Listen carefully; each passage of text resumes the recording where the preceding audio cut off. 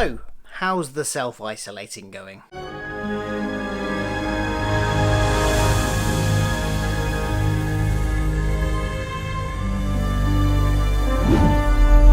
actually just started getting a little bit of a tickly cough, so hopefully it's not coronavirus, but maybe staying at home tomorrow.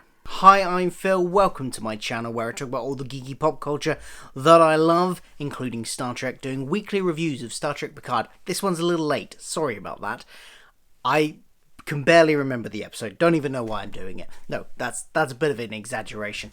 I have just found myself very busy in the last week, but with work, some home stuff, we're doing a bit of renovation of a room. It's just all gotten a bit.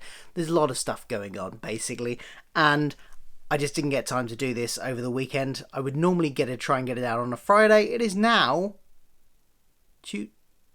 Monday. It's now Monday. So I'm already like 4 days late, 3 days late. I can't even count. What are we doing here? We're talking about Broken Pieces. That's what we are. The eighth episode of Star Trek Picard, the first season, whatever you want to call it. I'm going to keep this brief. First of all, my general thoughts, feelings on it, and then some spoiler stuff a bit later on, but I'll warn you when that's coming up.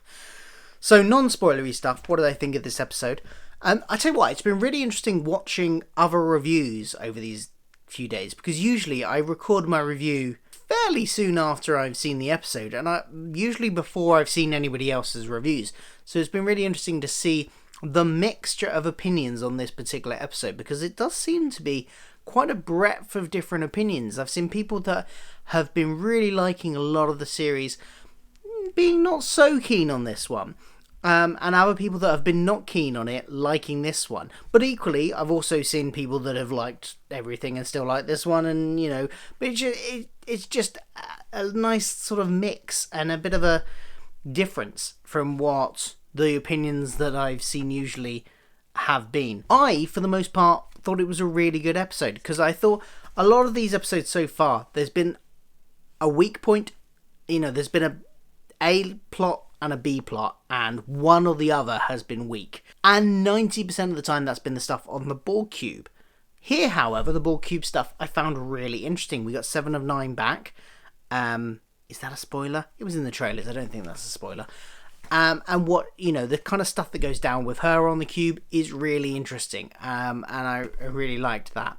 But equally, all the stuff with Picard and everybody on the Los Serenos, was that what it was called? I've forgotten what the ship's called now. Something like that. That's all really interesting too. And that's very much all the driven character stuff.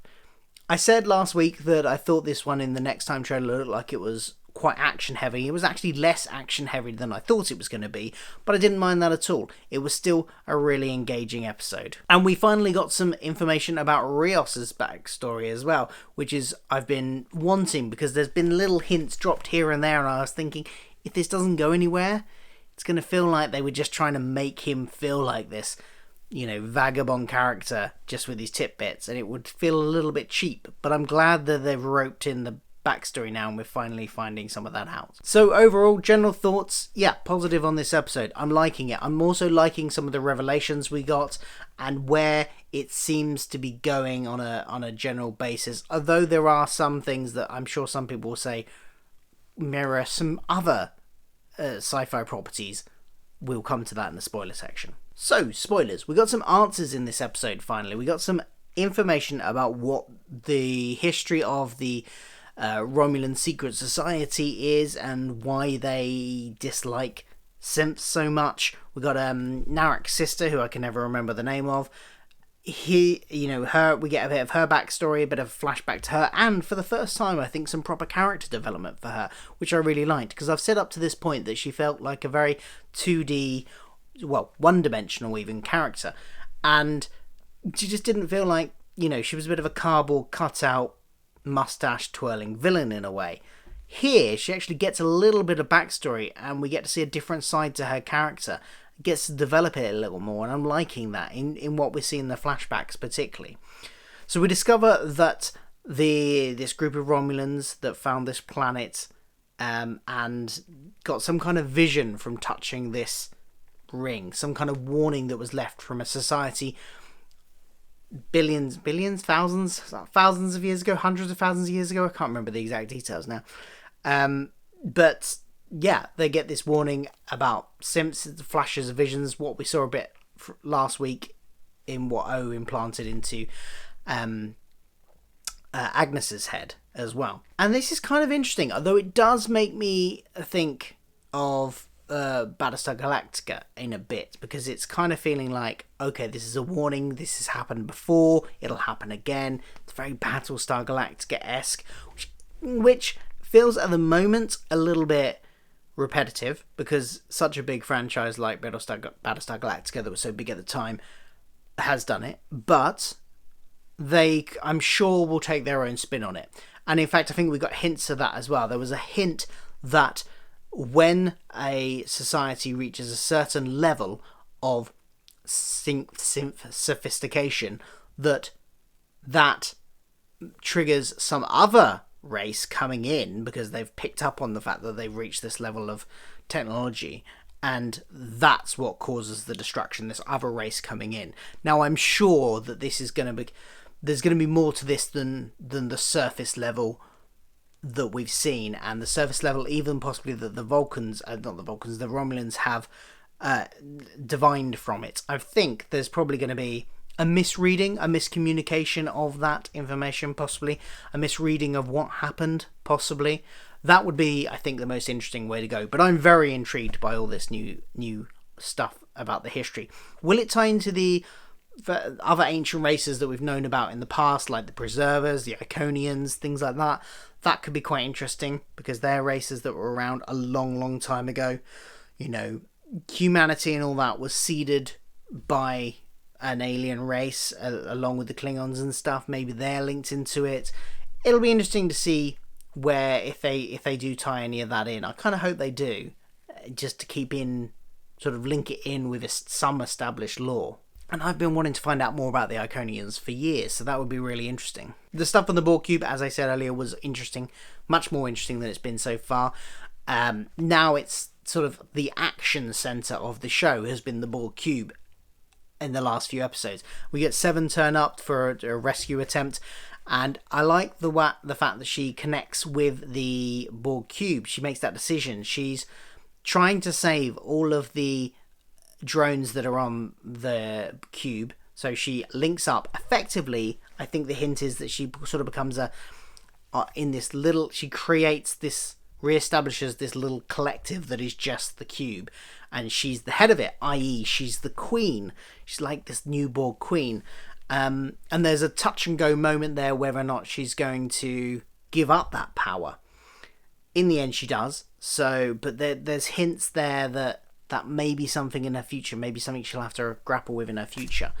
The only bad thing I would say about this bit is that it seemed, although there was some great stuff for Seven there in the character work, it seemed very wasted by the fact that almost immediately when she reactivates the drones, they're then ejected into space. So it's kind of felt like she'd done it for nothing, which was a bit of a shame. However, I've seen somebody note on, and I did think this at the time when they were all ejected into space as well, that we've seen Borg survive in space. They don't need to breathe oxygen necessarily. We've seen that in First Contact. So maybe they're still just floating around ready to be picked up again. Who knows? But the Borg ship regenerated.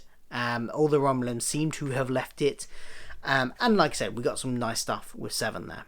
Back on the Los Serenos, we also got Rios with his holograms as well, and Raffi's little investigation trying to find out what the background to Rios's is, and why he seems shocked that when Picard brought Soji aboard, because he seemed to recognise her.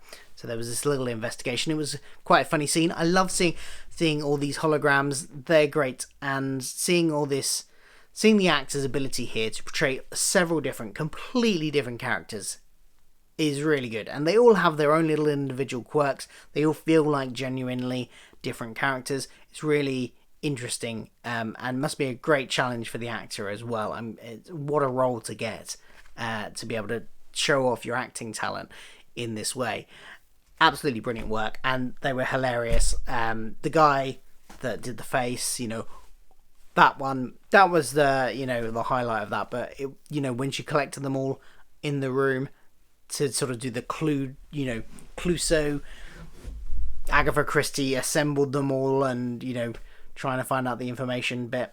That was really good as well. All good stuff. I like the fact that we're getting lots of these holograms and more of them, and we're finding out a bit of Rios's backstory at last, like I said.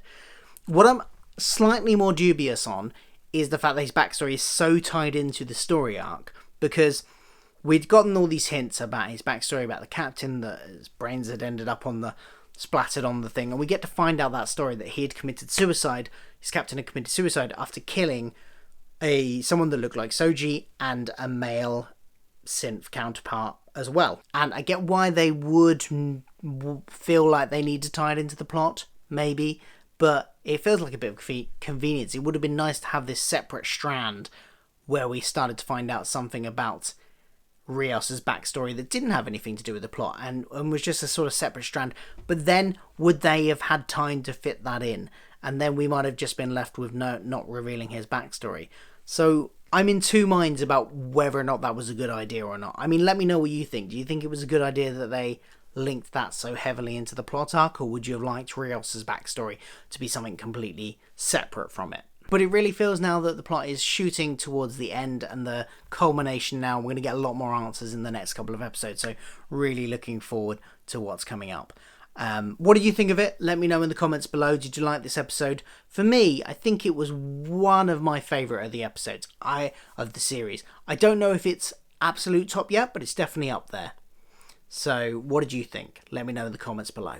Don't forget to like, share, subscribe, all that jazz, and I will be back hopefully on my usual schedule for next week's Picard soon, assuming I don't come down with this coronavirus. My throat does hurt a little bit.